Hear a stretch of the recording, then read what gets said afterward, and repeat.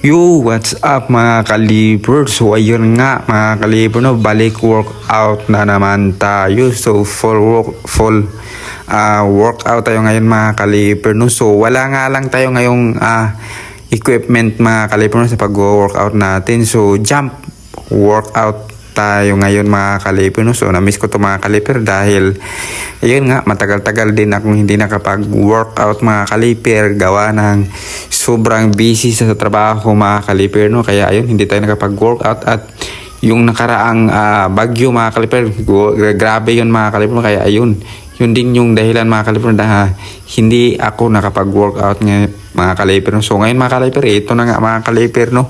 So ito na yung unang workout ko mga kaliber, no.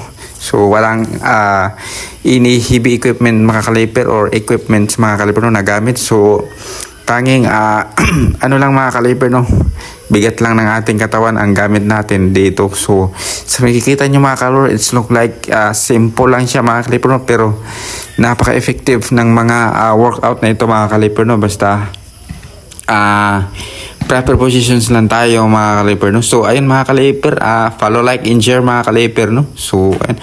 So kung gusto mong tumaas ang talon mo, gawin mo tong mga workout na ito mga kaliber, no. So sa susunod ko na video mga kaliber, ipaliwanag ko mga kaliber kung ilang sets ba ito, ilang reps mga kaliber. So ayun, doon nyo malalaman mga kaliber kung ano pa ang mga dapat gawin sa mga exercise na ito mga kaliber, no. So ayun, so mga kaliber, sasabihin ko sa inyo mga kaliber, dapat warm up muna tayo mga kaliber, no, bago tayo mapunta sa mga ganitong exercise mga kaliber, no, dahil avoid injury lang mga kaliber, no. So ayun lang mga kaliber, no.